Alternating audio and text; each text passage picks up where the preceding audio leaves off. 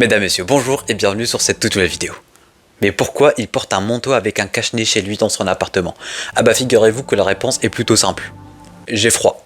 Voilà, maintenant je me mets à répondre aux questions avant même qu'elles soient posées parce que je vous connais et je vous vois venir en bas dans les commentaires. Bref, aujourd'hui, mesdames, messieurs, je vous retrouve pour une toute nouvelle vidéo assez simple pour le coup parce que ça fait un petit moment quand même que je vous avais pas proposé de vidéo review sur la chaîne. Et dans ce cas, on va juste se poser et parler de cette dernière saison de Stranger Things, du moins de ce premier volume de cette dernière saison d'une façon 100% avec spoiler. Parce que oui, en effet, je doute qu'il y ait des personnes qui veulent regarder des vidéos Stranger Things sans spoiler. Parce que si tu es au stade de la saison 5, soit tu regardes pas, il n'y a pas entre les deux. Alors oui, ça fait un petit moment que j'ai pas proposé ce genre de vidéo parce que c'est vrai que de nos jours je me mets à écrire les vidéos et à vous proposer un gros montage avec du storytelling et tout, mais ça m'avait manqué de juste vous proposer une review, de vous donner mon avis concernant une saison. Et puis voilà, c'est l'objectif aujourd'hui. Alors juste, tu peux te poser, c'est toi et moi devant une vidéo, deux passionnés qui parlent de leur passion, et c'est-à-dire pour aujourd'hui Stranger Things. Alors installe-toi confortablement, si tu apprécies le contenu Stranger Things sur la chaîne, n'hésite pas à me le faire savoir en bas dans les commentaires ou tout simplement en me laissant un petit pouce bleu ou en boostant la vidéo, parce que oui, c'est une nouvelle option sur YouTube qui est vraiment trop stylée, qui te permet de booster des vidéos si elles t'intéressent, et moi ça va me mettre en avant, c'est gratuit et ça ne mange pas de pain. Et d'ailleurs, n'oubliez pas surtout de vous abonner et d'activer les notifications parce que c'est officiellement la semaine Stranger Things sur la chaîne, et par conséquent je vais vous proposer beaucoup, mais genre vraiment beaucoup de vidéos sur Stranger Things, que ce soit les vidéos écrites, storytelling avec toutes les théories qui vont arriver, parce qu'aujourd'hui je vais juste vous donner mon avis en tant que fan de la série avec spoiler et c'est tout, mais tout ce qui est théorie et tout ça va arriver dans la semaine. Chaque 2-3 jours je vais vous proposer une grosse vidéo théorie parce que là on a vraiment beaucoup de choses à dire. Alors aujourd'hui on va décortiquer tout ça et chaque jour vous allez avoir une vidéo bien écrite, bien chorégraphiée, bien montée et tout pour essayer d'aller très loin avec les théories Stranger Things. Et bien évidemment, on va aussi reprendre les lives sur la chaîne, on va vous inviter, on va faire des libres antennes et tout. On va vraiment essayer de profiter de cette période de hype Stranger Things tous ensemble, parce que à quoi ça sert d'être passionné si on ne partage pas cette passion avec des gens qui partagent la même passion. Bref, ce premier volume de la saison 5 de Stranger Things, qu'est-ce que j'en ai pensé? Alors globalement, j'ai adoré du début jusqu'à la fin. Et j'ai envie de vous dire que si tu es le genre de personne qui va vite regarder et qui ne peut pas attendre, c'est que tu vas sans doute apprécier. N'empêche, il y a un certain petit quelque chose, et je pense pas être le seul qui a remarqué ça ou le seul qui a déduit ça, c'est tout simplement le fait que ça fait 3 ans qu'on attend. Et pour le coup, j'ai pas envie de dire que 3 ans uniquement pour ça, mais oui, on a attendu 3 ans pour ça. Je dis pas que c'est nul, je dis pas que c'est pas bien, au contraire c'est même excellent à mon avis, j'ai vraiment adoré du début jusqu'à la fin, mais attendre 3 ans, ça, pour moi ça a un peu gâché, je vais pas dire gâcher la hype, parce que la hype Stranger Things, dès que tu me parles de Stranger Things ça revient et tout directement, mais même moi en tant que grand fan de la série, en tant que quelqu'un qui suit la série depuis toujours, et même la série je l'ai refaite 2-3 fois, bah j'ai oublié. J'ai totalement oublié tout ce qui s'était passé dans les dernières saisons. Je me suis retrouvé en train de chercher des résumés sur YouTube. C'est bizarre d'attendre 3 ans pour ça. Et quand je dis 3 ans pour ça, c'est qu'on a attendu 3 ans pour 4 épisodes. C'est vraiment super déstabilisant. N'empêche, ces 4 épisodes, je les ai vraiment adorés du début jusqu'à la fin. Et pour faire cette critique, pour faire cette review, on va se mettre d'accord sur une seule chose, c'est que Stranger Things fait du Stranger Things du début jusqu'à la fin. Dans le sens où je vais pas vous dire que voilà, c'est répétitif et il y a des événements qu'on a déjà vus dans les saisons précédentes. Parce que c'est toujours le cas avec Stranger Things. C'est toujours le cas.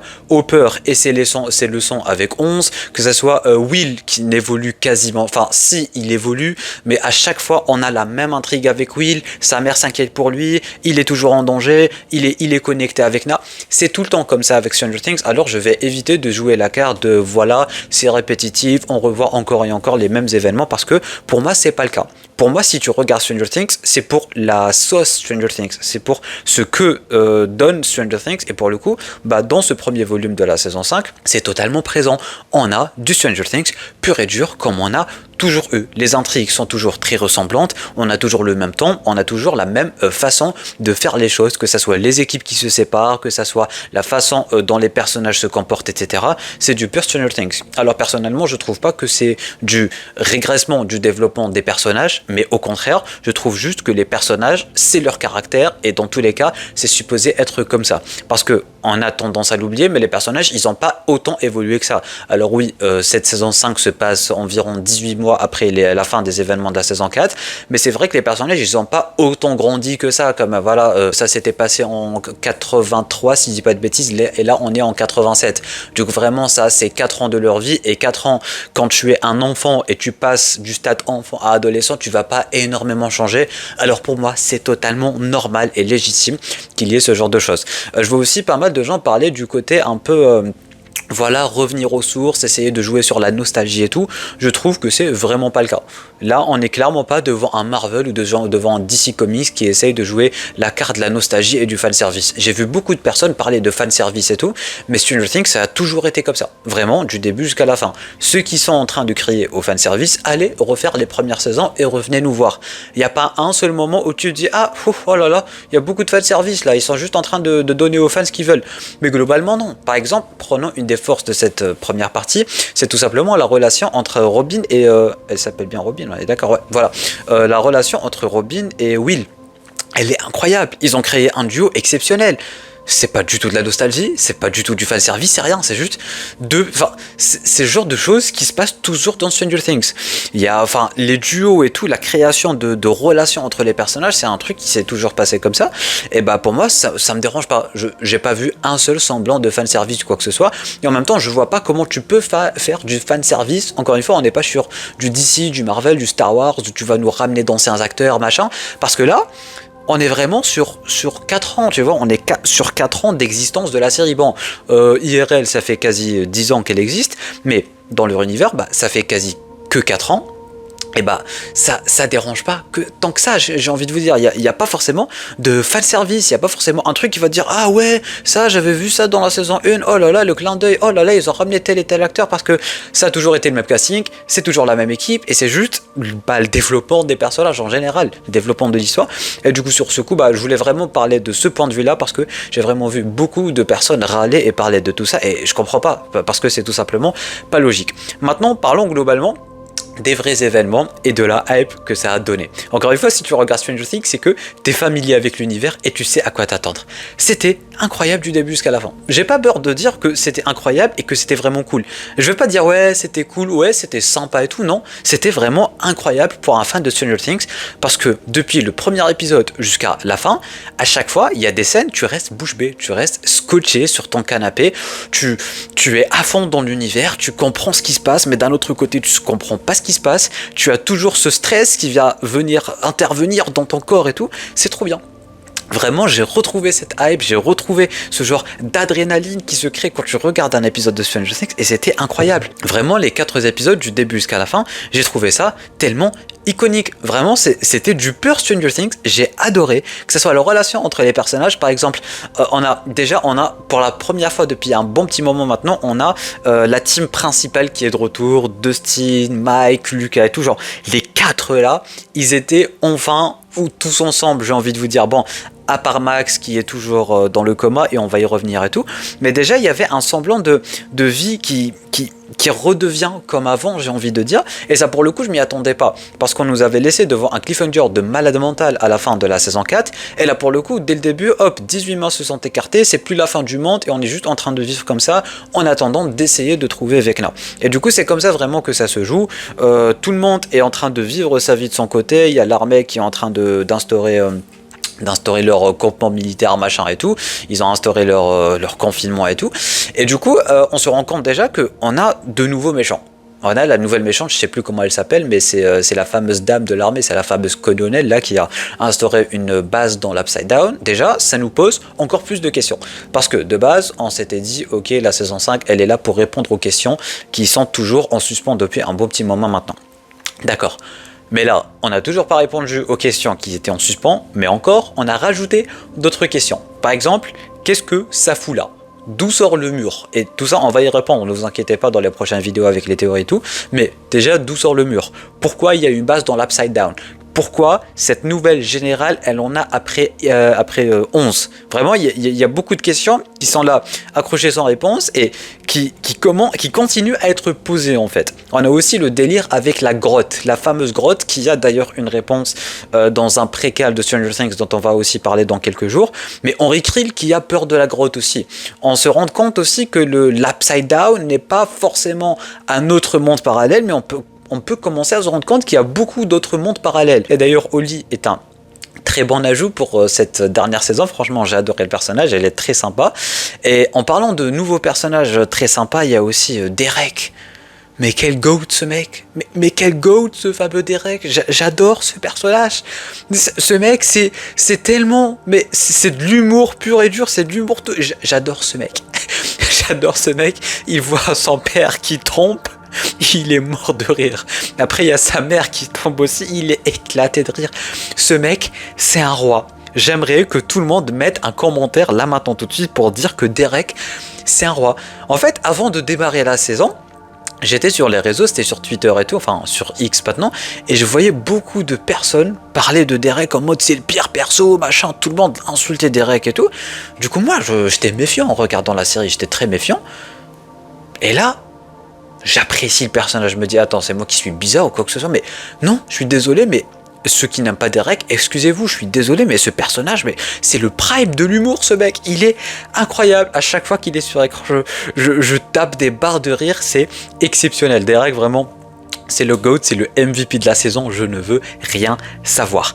Parlons aussi maintenant, je saute un peu du coq à l'âne, c'est ma vidéo et c'est le genre de vidéo où j'ai juste envie de parler et tout, ce n'est pas forcément bien scénarisé, j'ai envie de dire, mais la fin, avec Vecna qui dévoile enfin son plan, un plan qui a ni queue ni tête, dans le sens où le mec maintenant il a décidé de trouver 12 enfants, 12 généraux, d'ailleurs le délire avec les enfants, je sais pas vous, mais moi je vois du PD machin, vous voyez ce que je veux dire ou pas? Je sais pas si j'ai le droit de le dire sur YouTube ou pas, mais c'est PD, non PED PH, bon bref, vous avez compris.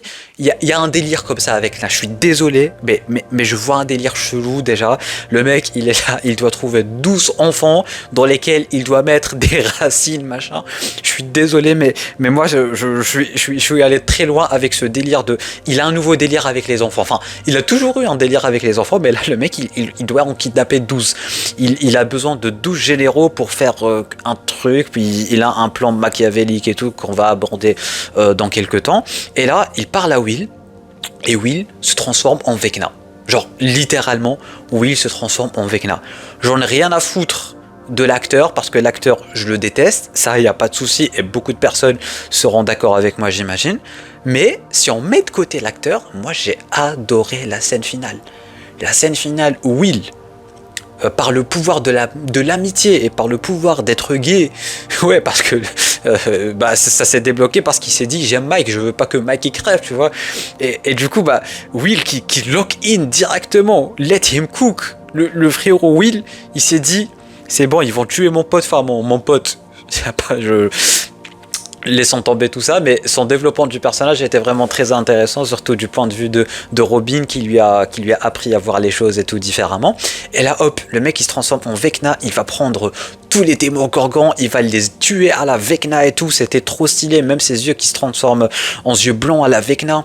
Mais vraiment, Vecna, il devrait s'en faire là. Là, Vecna, il a de quoi s'en faire. Parce que le mec, il a Eleven, il a Will maintenant, et il a 8. Du coup, la sœur de Eleven. Maintenant, ils sont à 3 contre 1. Le mec, il doit vraiment avoir un plan bien solide, sinon il va se faire maraver la gueule, on va pas se mentir, parce que là, Will, en fait, j'ai l'impression que Will, il a des pouvoirs totalement différents de ce que a Eleven ou 8 ou quoi que ce soit, ou même Vecna. Enfin, peut-être qu'il a les mêmes pouvoirs de Vecna pour la simple et bonne raison qu'il est connecté à la ruche de Vecna et qu'il a d'une façon ou d'une autre utilisé les pouvoirs de Vecna. Parce que Vecna peut utiliser Will, du coup, dans le sens de la ruche, Will peut utiliser Vecna, le monde à l'envers, ainsi que ses pouvoirs en général. J'aimerais aussi qu'on parle de Steve. Steve, j'adore ce personnage, hein, attention, mais j'ai l'impression que c'est un personnage qui régresse. Dans le sens où depuis toujours, lui et Dustin, voilà, meilleurs potes, machin, c'est un peu comme son grand frère et tout. Mais là, Steve, j'ai l'impression que tout le développement du personnage n'a servi à rien.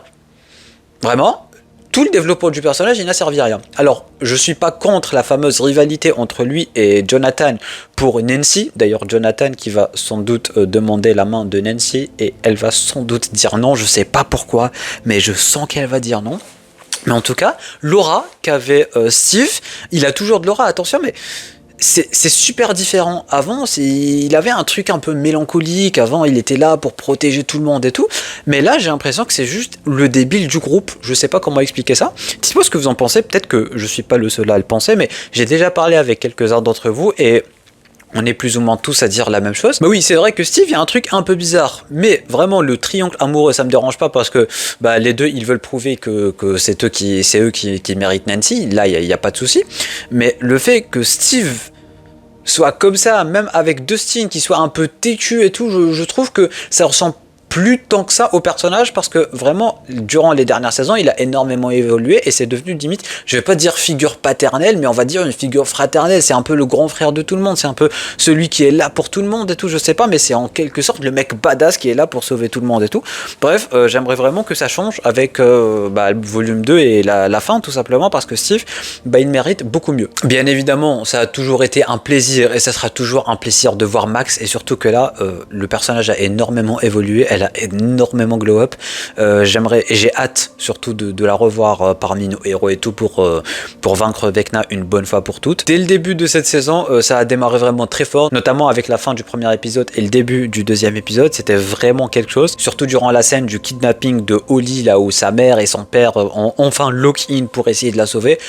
D'ailleurs, je comprends pas comment sa mère elle a survécu quand tu vois l'état des blessures, quand tu vois tout le sang qu'elle a perdu, quand tu vois comment le Démogorgon il l'a défoncé. Sa mère elle a survécu, mais son père qui a quasiment rien pris, lui il est au coma. Ça faudra me l'expliquer, mais en tout cas dès le début cette scène, mais il y avait tellement de tension durant cette scène, vraiment j'étais choqué, je me suis mis à la place de Nancy et tout, c'était vraiment quelque chose cette scène là, c'était exceptionnel. Les salopards ils m'ont vraiment fait flipper durant la scène où Hopper a fait, enfin il fait toujours ça, mais là je me suis dit, vu que c'est la dernière saison, il va enfin crever, enfin je l'espérais pas, mais je me suis dit là, ils vont clairement le tuer, mais finalement c'était pas le cas. Mais il avait fait un discours à Jane, lui a dit voilà machin, adieu et tout, il était prêt à s'exploser parce que tout le monde croyait que c'était Vecna qui était emprisonné, mais finalement c'était numéro 8, et même en fait ils sont allés tellement jusqu'au bout avec le truc pour nous faire croire qu'il était qu'il allait mourir.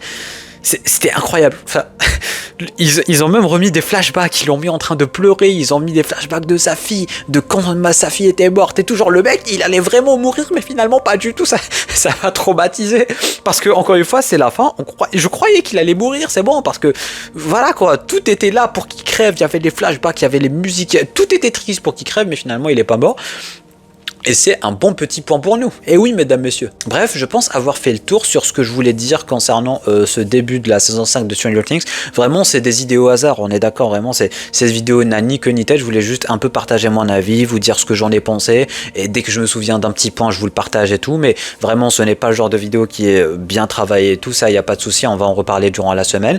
Je pense avoir oublié quelques détails parce que c'est quand même 4 épisodes et je suis quand même en total freestyle. Comme ça, on laisse cours aux grosses vidéos, aux théories et tout. Mais vraiment, c'était un plaisir de regarder cette première partie de la saison 5 de Stranger Things. Et ça sera toujours un plaisir, vraiment, ce genre d'événement. Le fait que Netflix arrive à créer des événements aussi gigantesques. Vraiment, il y a quasi toute la planète qui est en train d'attendre cette dernière saison. Tout le monde l'a regardé à 2h du matin et tout. C'était exceptionnel, ce genre d'engouement. J'aime beaucoup. Et le fait de partager ça avec vous, la team, c'est un honneur, j'ai envie de vous dire. Vraiment, c'est super cool d'avoir une communauté, de pouvoir blablater et partager tout ça. Si tu es resté jusqu'à ce moment-là de la vidéo, n'hésite pas à commenter Démogorgon, comme ça je sais au moins qui reste jusqu'à la fin de la vidéo. Laisse-moi un petit pouce bleu pour me soutenir, l'abonnement, la cloche pour ne pas rater le prochain contenu de Stranger Things sur la chaîne. Et sur ce, moi je te dis à très bientôt pour une toute nouvelle vidéo. C'était Namiat, portez-vous bien.